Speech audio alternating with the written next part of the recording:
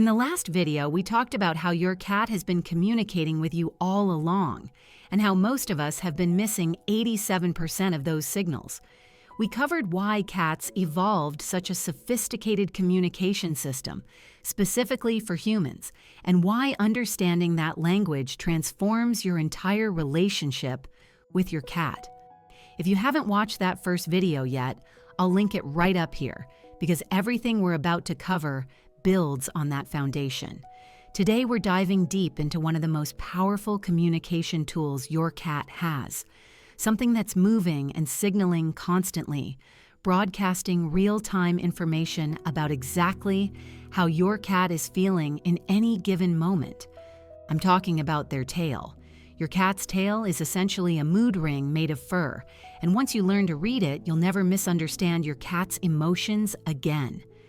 Let me tell you about Jennifer. She's 57, an accountant who works from home most days, and she lives with Bella, a 5-year-old tortoiseshell cat she adopted after her son left for graduate school. Jennifer thought she and Bella had a good relationship. They'd lived together for years, but there was this one recurring problem that was driving Jennifer crazy, and honestly, making her feel like maybe she just wasn't good with cats. Every few days, seemingly out of nowhere, Bella would suddenly swat at Jennifer's hand when she was petting her, hard enough to leave scratches. And Jennifer couldn't figure out the pattern. Sometimes Bella loved being petted for 20 minutes straight, purring the whole time. Other times, she'd tolerate maybe 2 minutes before lashing out. Jennifer started to dread petting Bella because she never knew when the swat was coming. Jennifer mentioned this to a friend who volunteered at an animal shelter, and the friend asked a simple question. "What's Bella's tail doing right before she swats at you?" Jennifer stared at her. "Her tail? I don't know. I never thought to look." Her friend smiled. "Watch the tail. Really watch it. That's your early warning system." The next time Jennifer sat down with Bella, she did exactly that. At first, Bella's tail was relaxed, lying still beside her body. Jennifer started petting. After a few minutes, the tail started to move slightly, just the tip, making small twitching movements. Jennifer kept petting because Bella was still purring. The twitching increased. The tail started to sway gently from side to side. Jennifer kept petting because, well, Bella was purring, so everything must be fine, right? Then the swaying became more pronounced, almost like a slow whip motion. And that's when Bella swatted. Jennifer immediately pulled her hand back and just watched. Bella's tail gradually stopped swaying and returned to a relaxed position. Bella didn't leave. She didn't seem angry. She just needed the petting to stop. That's when it clicked for Jennifer. Bella had been communicating clearly all along through her tail. The escalating tail movements were saying, "I'm starting to feel overstimulated, getting close to my limit. Okay, that's enough now." But Jennifer hadn't been reading those signals, so Bella had to use her paw to enforce the boundary. The next time they had a petting session, Jennifer watched the tail from the beginning. Sure enough, the same progression happened. Relaxed tail at first, then tip twitching, then swaying. But this time, Jennifer did something different. As soon as the tail started swaying, she stopped petting, and Bella didn't swat. She just sat there, calm, tail gradually settling. After a minute or two, Jennifer tried petting again, gently, and Bella's tail stayed relaxed. They had a pleasant interaction with no swatting because Jennifer had learned to read the warning signs. Jennifer called me a few weeks later, and I could hear the relief in her voice. The swatting has almost completely stopped, not because Bella changed, but because I finally learned what she'd been trying to tell me all along. Her tail was talking, and I just wasn't listening. This is the power of understanding tail communication. Your cat's tail is constantly broadcasting information about their emotional state. It's one of the most expressive parts of their body, and learning to read it gives you real-time feedback about how your cat is feeling in any given moment. You get an early warning system for when they're getting upset. You get confirmation when they're happy and comfortable. You get clarity instead of confusion. So let's learn this language. Let's start with understanding what makes the tail such an effective communication tool.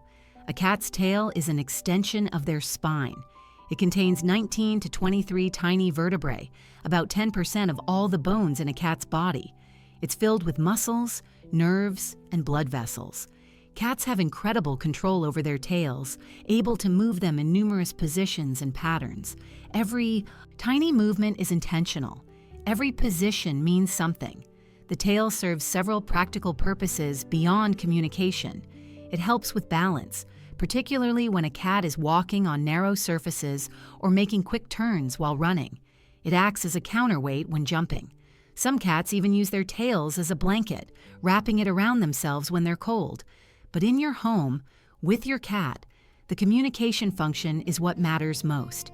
Now let's decode tail positions from the most positive to the most concerning. We'll start with the vertical tail, straight up in the air like a flagpole.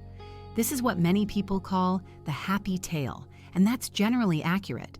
A tail held high is a sign of confidence, friendliness, and contentment. When your cat approaches you with their tail straight up, they're saying, "Hello, I'm happy to see you, I feel good, everything is great." It's the feline equivalent of a warm greeting. Kittens naturally hold their tails up when approaching their mother. Adult cats maintain this upright tail as a greeting behavior, particularly with humans and cats they're bonded with. If your cat greets you at the door with a vertical tail, you're getting the feline equivalent of a hug. And often, that vertical tail comes with a little hook or question mark curve at the very tip. That slight curve at the end is extra emphasis on the friendly greeting. It's like adding an exclamation point. "Hello, I'm so happy to see you." A vertical tail while your cat is walking around their territory means they're feeling confident and secure.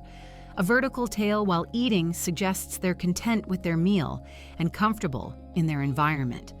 In almost all contexts, vertical means positive emotions and confidence. That's your green light. Your cat is in a good mood and open to positive interaction. Moving down from vertical, we have the tail held at about a 45-degree angle, or slightly lowered but not all the way down. This is a neutral position. Your cat is calm and relaxed but not particularly excited. They're just existing comfortably in their space. This is the tail position you might see when your cat is lounging around, not particularly focused on anything, just being a cat in their territory. This is totally normal and nothing to be concerned about. It doesn't mean your cat is unhappy, it just means they're in a neutral, peaceful state. Then we have the tail held low, either straight out behind the cat or angled downward. This can indicate several things depending on context. If the rest of your cat's body language is relaxed, this low tail might just be a resting position or a sign that your cat is in hunting mode, stalking something with a low profile. But a low tail combined with other signs of tension, like flattened ears or a crouched body, indicates discomfort, uncertainty, or mild fear. Your cat is feeling less confident. Something in the environment is making them cautious. It's not full-on fear yet, but they're on alert. If your cat's tail suddenly drops from a neutral or raised position to a low position, pay attention. Something changed.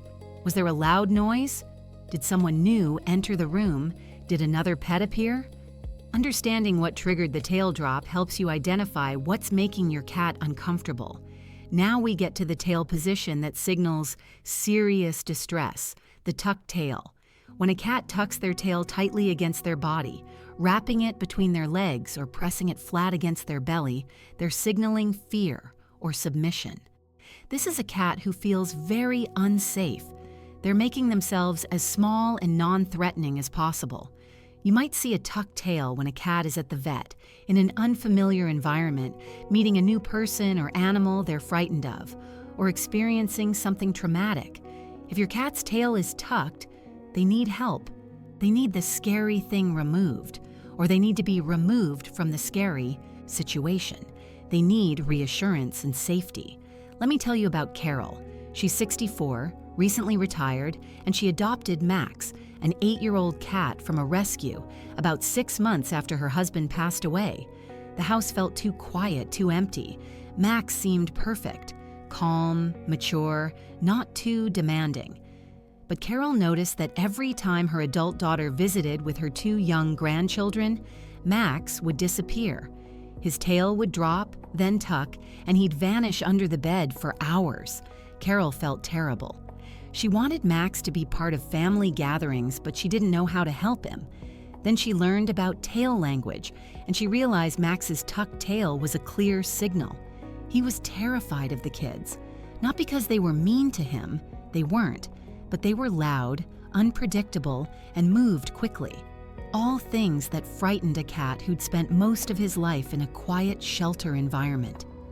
Once Carol understood what Max's tail was telling her, she changed her approach. When family visited, she created a safe space for Max in her bedroom. Door closed, quiet, comfortable. She didn't force him to be social.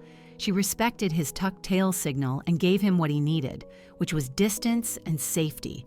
And over time, as Max felt more secure in Carol's home overall, he started becoming more curious about the grandkids. His tail would stay low instead of tucking when they visited. Eventually, he'd even come out to observe them from a distance, tail in that neutral position. Carol told me, "Once I learned to read Max's tail, I stopped trying to force him into situations that scared him, and that respect for his feelings actually made him more confident overall. He trusts me now because I listen to what he's telling me." Now let's talk about tail movement, because position is only half the story. A still tail means something very different from a moving tail, even if the position is the same. Let's start with the gentle, lazy, swaying motion. Your cat's tail is moving slowly from side to side, almost like a slow-motion pendulum. This usually indicates focus or mild interest. Your cat is paying attention to something, considering it, thinking about it. It's not aggressive or fearful, it's contemplative. You might see this gentle swaying when your cat is watching a bird outside the window, deciding whether they want to jump onto your lap, or considering whether that toy across the room is worth investigating. It's a thinking tail. But when that swaying speeds up and becomes more forceful, the meaning changes completely. A rapidly swishing or thrashing tail indicates irritation, frustration, or agitation. The faster and harder the swishing, the more upset your cat is. This is a warning signal. Your cat is saying, "I'm annoyed, I'm reaching my limit, back off." You might see tail thrashing during a petting session when your cat is getting overstimulated, like Jennifer experienced with Bella. You might see it if your cat is being forced to do something they don't want to do, like being put in a carrier or given medicine. You might see it if another cat or pet is annoying them. The thrashing tail is your cat's way of saying, "This needs to stop now." If you ignore a thrashing tail, the next step is usually aggression. Your cat will hiss, swat, or bite because you didn't respond to the earlier warning. But if you pay attention to the thrashing tail and remove whatever is causing the frustration, you can prevent the escalation. Then we have the tail twitch, just the tip of the tail moving in small, quick movements. This can mean different things depending on context. During a petting session, tip twitching is often the very first sign of overstimulation. It's a mild warning that says, "I'm noticing the petting now, it's starting to feel like a lot. Pay attention to how much longer you keep doing this." This is the signal Jennifer learned to watch for with Bella. But tail tip twitching can also indicate hunting focus. If your cat is watching prey, a bird or a toy, and you see that tip twitching, your cat is in predator mode. They're calculating distance, timing, preparing to pounce. In this context, it's not irritation, it's excitement and focus. This is why context matters so much. The same tail movement can mean completely different things depending on what else is happening. You have to read the whole picture, not just the tail in isolation. Now let's talk about one of the most dramatic tail positions, the puff tail, also called piloerection. When a cat's tail puffs up to twice or 3 times its normal size, with all the fur standing on end, that's a fear or aggression response. Your cat is trying to make themselves look bigger and more threatening. It's the feline version of puffing up your chest and trying to look intimidating. You might see a puffed tail when your cat is confronted by something frightening, like an unfamiliar dog, another aggressive cat, or a sudden loud Noise. The puff tail often comes with an arched back, sideways stance, and flattened ears. This is a cat in full defensive mode. They're terrified and prepared to fight if necessary. But here's something interesting. Sometimes the puff isn't about fear at all. Young cats and playful cats will sometimes puff their tails during intense play.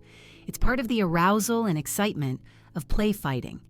In this context, the puff is usually accompanied by bouncy, exaggerated movements, a more relaxed body posture, and playful vocalizations rather than fearful ones.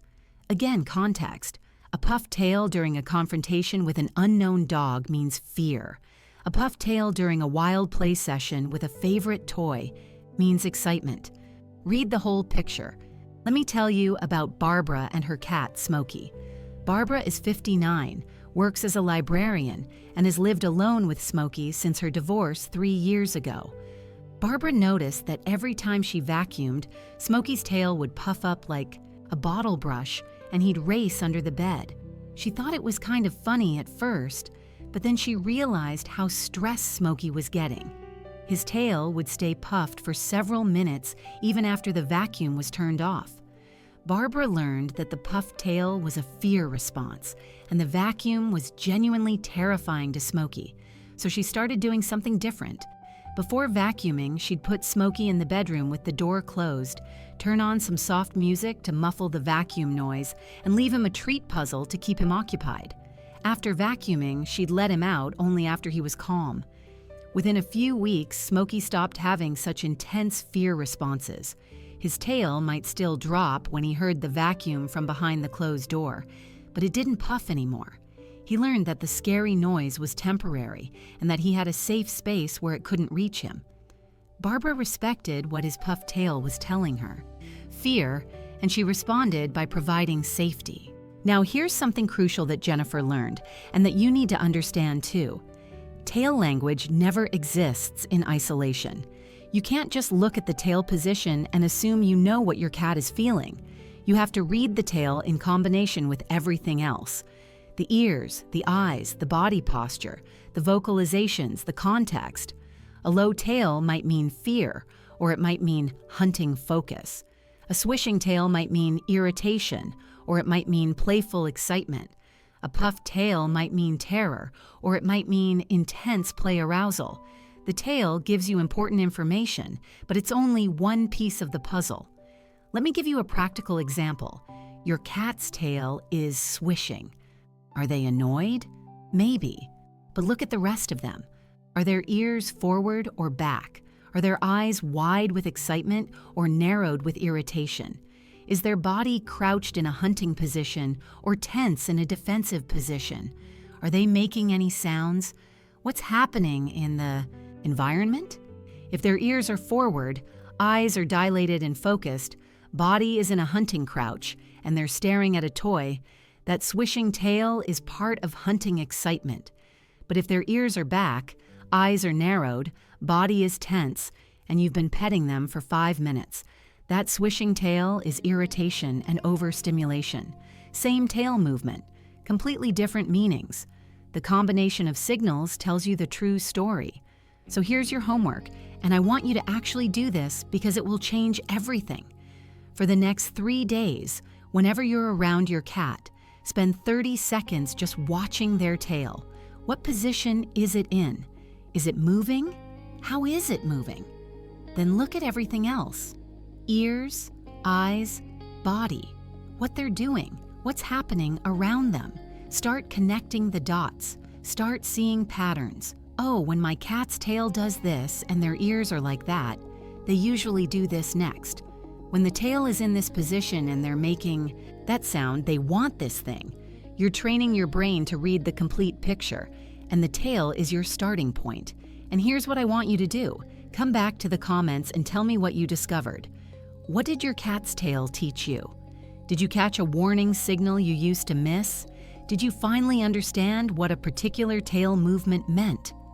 Share your observations because every single person watching this video is learning together, and your experience might be exactly what someone else needs to understand their own cat. Jennifer, Carol, Barbara, They all started exactly where you are right now. They loved their cats but didn't understand what they were saying. They felt confused, sometimes frustrated, sometimes worried they were bad cat owners. But once they learned to read the tale, everything clicked into place. The communication that had always been there suddenly became visible. Your cat's tail has been talking to you since the day you met. Every position, every movement, every tiny adjustment is information. It's a real-time mood indicator broadcasting exactly how your cat feels in any given moment. All you have to do is learn to read it, and now you can. You know what a vertical tail means. You know what a tucked tail signals. You know the difference between gentle swaying and aggressive thrashing. You know that context matters and combination is everything. You have the tools to read your cat's emotional state just by watching their tail. In the next video, we're going to dive into vocalizations, the meows, trills, chirps, and purrs that your cat uses to talk to you directly.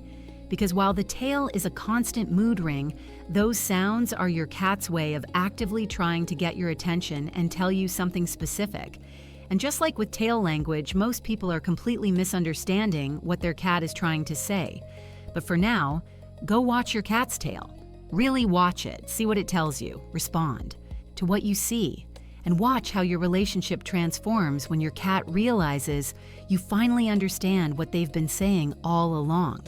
Your cat's tail is talking, and now you're finally listening.